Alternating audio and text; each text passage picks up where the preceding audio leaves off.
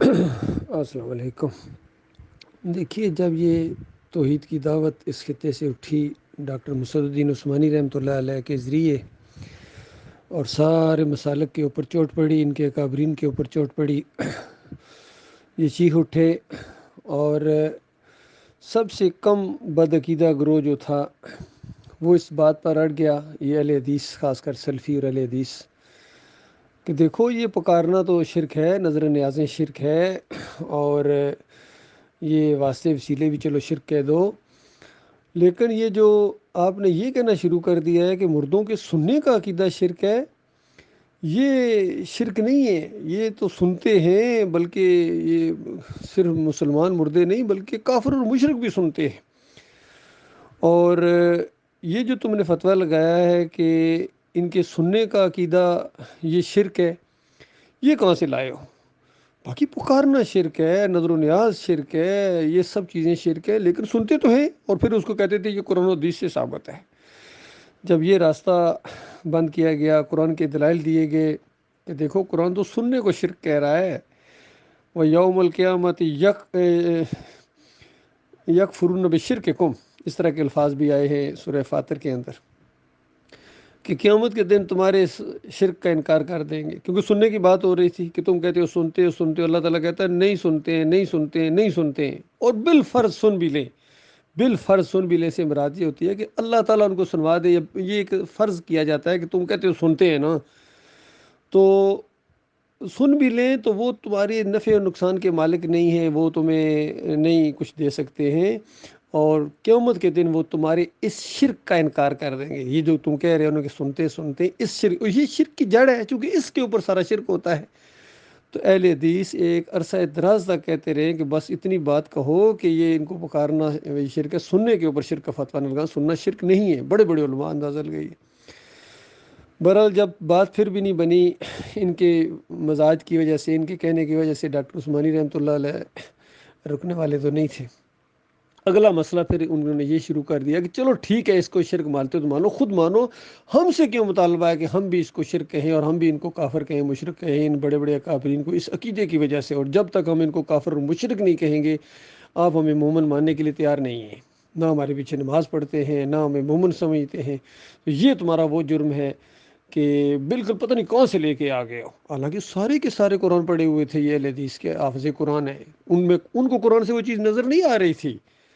اس کے اوپر ڈاکٹر عثمانی رحمۃ اللہ علیہ نے وہ جو ایک تقریر کی جس میں 8 جگہ طاغوت کا جب ذکر آیا ہے، اور ثابت کیا کہ دیکھو یہ ہوتا ہے معاملہ کفر بالطاغوت، اور اگر تم طاغوت کا کفر نہیں کرتے تو پھر بتاؤ آج کے طاغوت کون سے ہیں۔ اس انداز سے زور دیتے تھے ڈاکٹر صاحب، بتاؤ آج کے طاغوت کون سے ہیں۔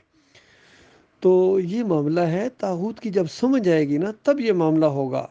مکہ کے اندر اصل میں کفر بالطاغوت کیا گیا تھا، لات منات اور حبل کی خدائیوں کو چیلنج کیا گیا، اور مدینے میں بھی جا کے پہلے فتویٰ لگایا گیا اور پھر بعد میں قصور بتایا گیا کہ یقیناً وہ لوگ کافر ہو گئے جنہوں نے یہ عقیدے کے اور اس طرح شرک کیا، وہ کافر ہو گئے۔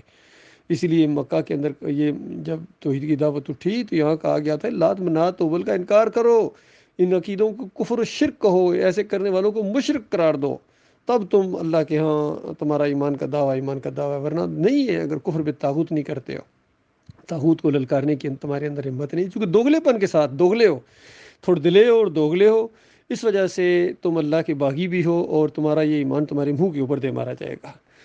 بالکل وہی ماحول دوبارہ بن گیا ہے۔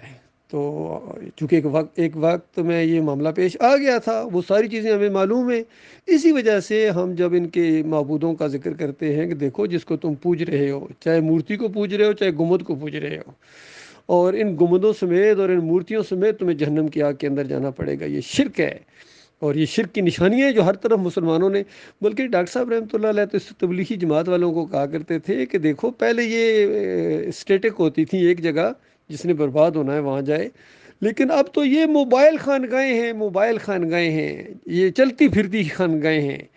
تو ابھی اگلے مہینے میں خود اپنی آنکھوں سے دیکھنا ذرا، پھر بھی کہنا کہ یہ گنبد شرک نہیں ہے، جب یہ قوم اپنے کندھوں کے اوپر اس گنبد کو اٹھا کے پھرے گی، اس کی وہ بنائے گی، پورا ماڈل بنائیں گے، چوکوں میں رکھیں گے، اس کے گرد طواف کریں گے، اس کے سامنے روئیں گے، جھکیں گے، اور پھر دوسرے تیسرے دن جا کے اٹھا کے ماریں گے اس کو، نٹی جٹی سے نیچے پھینکیں گے اور دریاؤں میں پھینکیں گے اور کچرے کے ڈبوں میں جا کے پھینکیں گے، کیونکہ مشرک جو ہوتا ہے نا، اصل میں اس کا دماغ بھی نہیں کام کرتا ہے، اور مشرک بہت بڑا جاہل ہوتا ہے اور بے حیا بھی ہوتا ہے، بے شرم ہوتا ہے مشرک.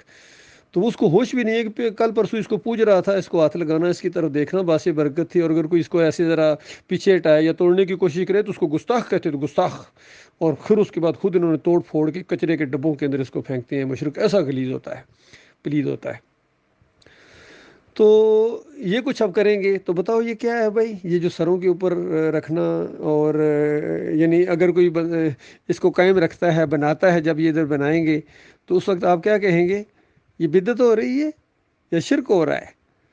تو ماڈل کو شرک کہو، اور جو اصلی بنا ہوا ہے اس کو تم کہو گے اس کو شرک نہیں کہیں گے، کیونکہ دماغوں کے اندر شرک ہے تمہارے. یہ شخصیت پرستی ہے، یہ نبی کے ساتھ جو محبت کا وہ حد ہے اس کو کراس کرنا ہے. وہ ایسی حد ہے جو اس سے اوپر جائے گا، ایک سٹیپ آگے بڑھے گا، وہ شرک میں داخل ہوگا. یہ محبت میں محبت نہیں رہتی ہے.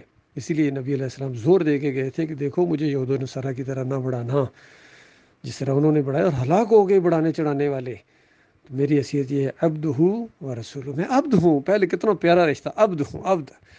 اور جس کو عبد ہونے میں آ رہا ہے نا، اس کا علاج ایک ہی ہے، جہنم کی آگ. عبد ہونے کا جس کو آر ہے یا وہ سمجھتا ہے، اس کی کچھ توہین ہے.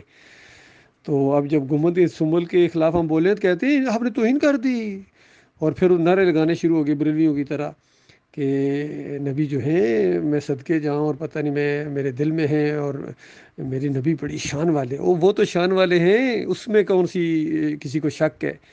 ان کی تو بڑی شان ہے. ان کی جو بڑی شان بنی ہے نا، وہ شرک کی رد کی وجہ سے بنی ہے.